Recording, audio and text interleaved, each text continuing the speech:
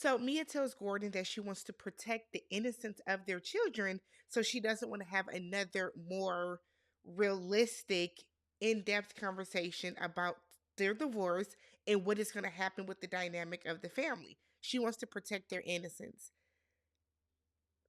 But you are the one that's parading your boyfriend in front of them with their father. You're the one that's all over the internet as if Jeremiah is dumb, acting as if you don't know who the father of your child is. When Jeremiah has Gordon's whole entire face. I guess, Mia. I guess. This is stupid.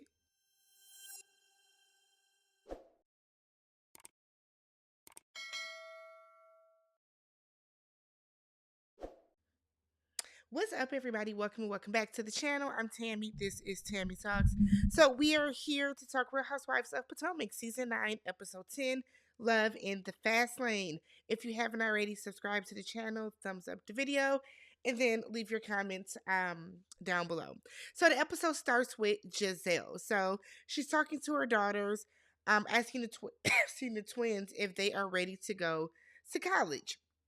They're ready to go. One of them wanted to call in to work, but it's like, ooh, I just got on up and went ahead. Facts, okay? So there's an issue with Giselle's father's will. So Gizelle is saying that there is his will, his original will was thrown away. The will that I guess has been filed was signed by him, by her father, 2 days after he had his surgery. He was not in any condition, he didn't have the capacity to even hold a pen, she is saying, to sign that. With this new will is alleging that Gizelle gets nothing, her children get nothing. So she knows that this will is fraudulent, something not clean about it, so she is trying to fight it, take it to the courts. If she is able to get this will thrown out, then it goes then it's as if her father does not have a will, and what that means is that his family, his estate, would get 2/3 of no his family would get 2/3 of his estate, which is better than nothing. And Gizelle is saying in her confessional that her father didn't play when it came to generational wealth. He wanted to make sure that not only Gizelle, his daughter, and his grandchildren were taken care of. And she was like, it's crazy to think that he didn't leave me anything, and he definitely didn't leave his grandchildren anything. It's always some bull when it comes to death, right? There's always somebody contesting a will or somebody that does some fool la la stuff, and that's too bad. That's too bad. So Gizelle is telling her daughters that because of this, this makes her not even want to be married and legally tied to someone else because she doesn't want what she has to not go to her daughters, the rightful descendants. So she says that Jamal, their father, even though he is now getting married again, that he has a trust set up for the three of them. So prenups and nothing else, nothing can break that trust, okay? The trust is going to go to those girls, and that's what it is. Okay, we get over to Stacey. Stacey's storyline is getting tiring to me. It is. I don't think any of the new flute holders or friends of, I don't think any of them are interesting, to be honest. So TJ's there. He's making the pizza in a bonnet. Stacey thinks that is just hilarious because she doesn't wear a silk bonnet. So TJ brings up Wendy's party. He said it was stressful for him. Nigga, please. Please. That party was not stressful for you. And Stacey and me, we were both like, why was it stressful?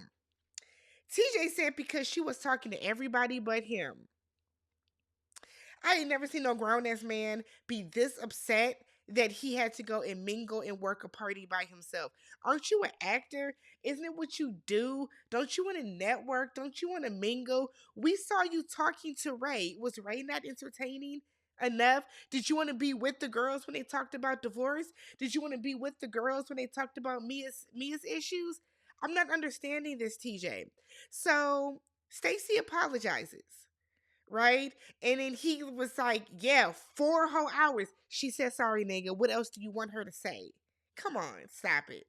Stop it. So TJ then asks about Stacey's divorce. And it's like, have you thought about hiring a forensic accountant? And she was like, no.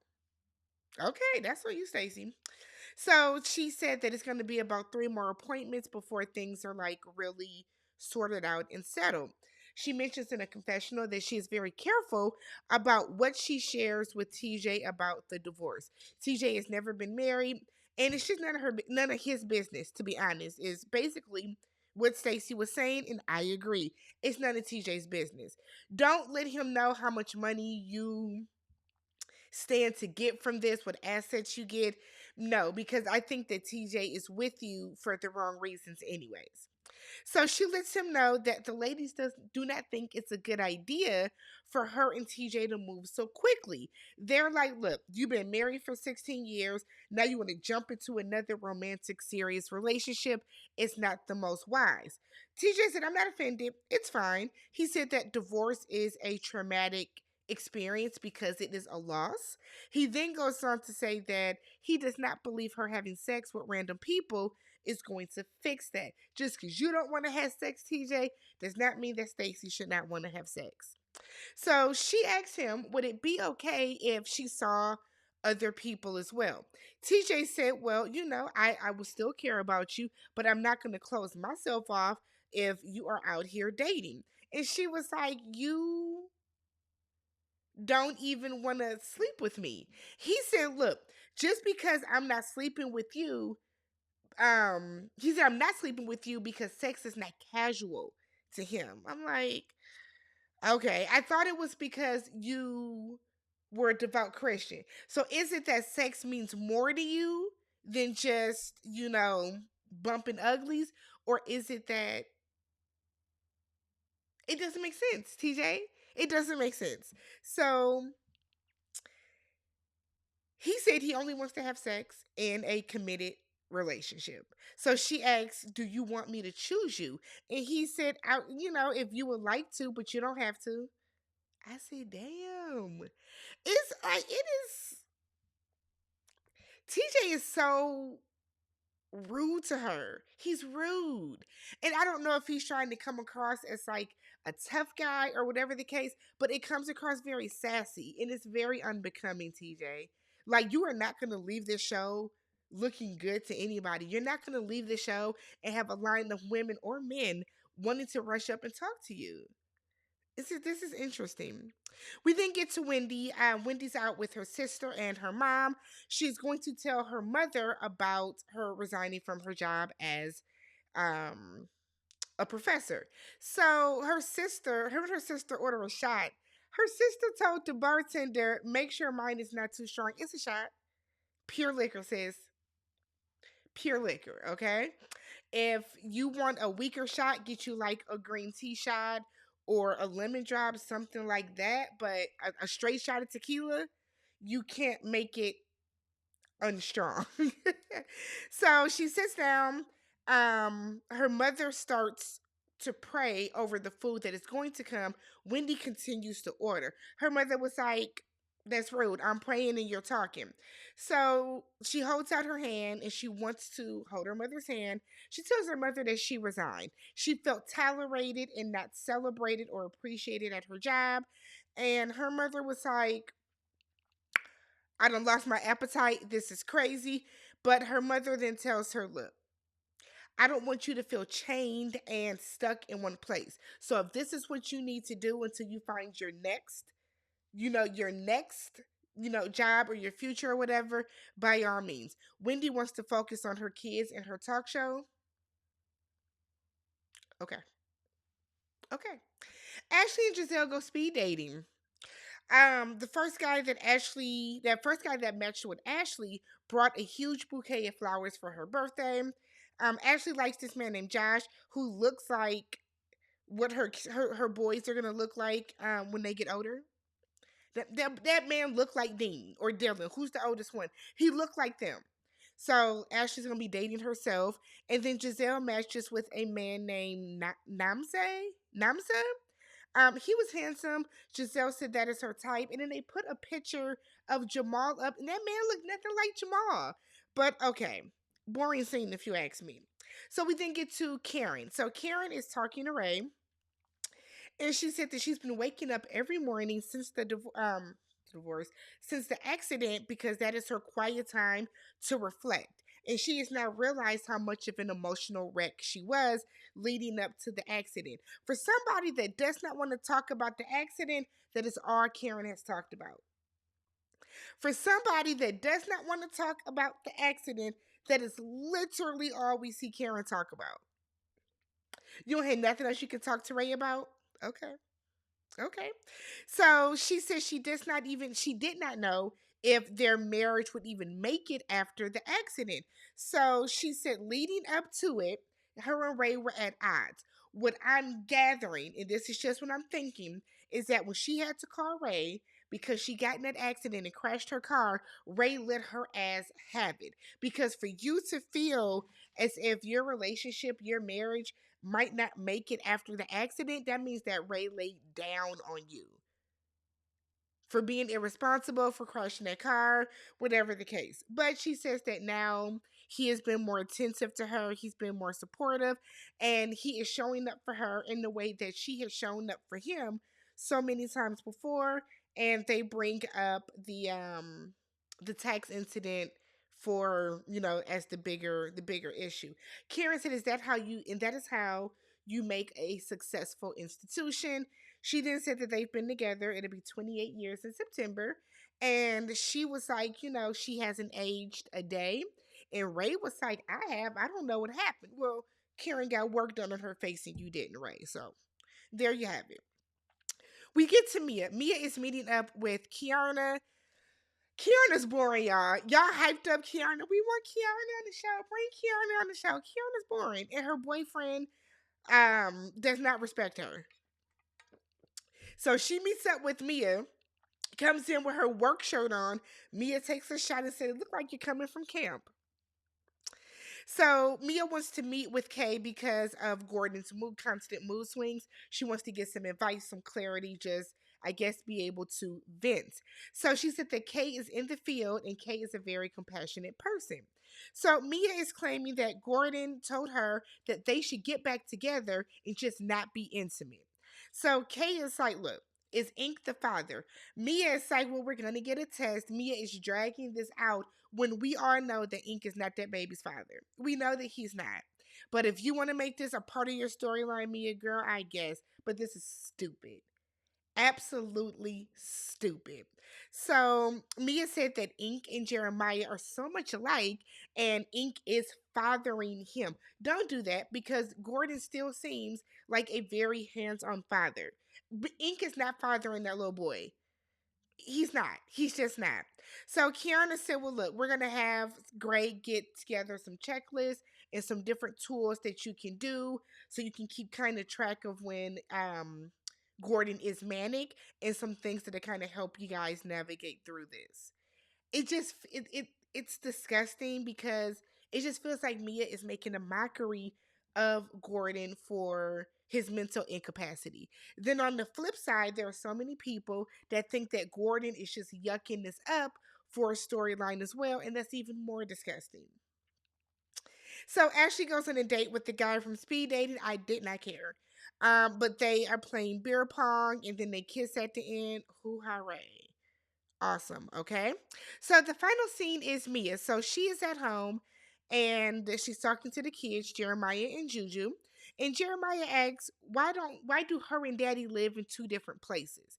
And Mia said, remember I told y'all we're getting a divorce? Jeremiah all but said, no, you didn't. He was like, no, I don't remember that. I don't remember that. So next thing you know, Gordon, coincidentally, is at the door. The kids are making cookies. They're going to take some to their teachers the next day. So Mia is like, I was telling the kids how me and you, mommy and daddy, are going to get a divorce, but that doesn't mean that we love you guys any less. And Jeremiah is saying that it's sad because he wants his parents to be together. And Mia kind of is like, well, why are you sad? Whatever the case. And Gordon was like, no, he's allowed to be sad. I would be kind of concerned if he wasn't, which is true. Which is true. I think any parent would be a little concerned if their kids weren't upset that they were getting a divorce because that means that you've been arguing in front of them kids. If kids don't care, then that means that they have seen y'all together and they know something is wrong, right?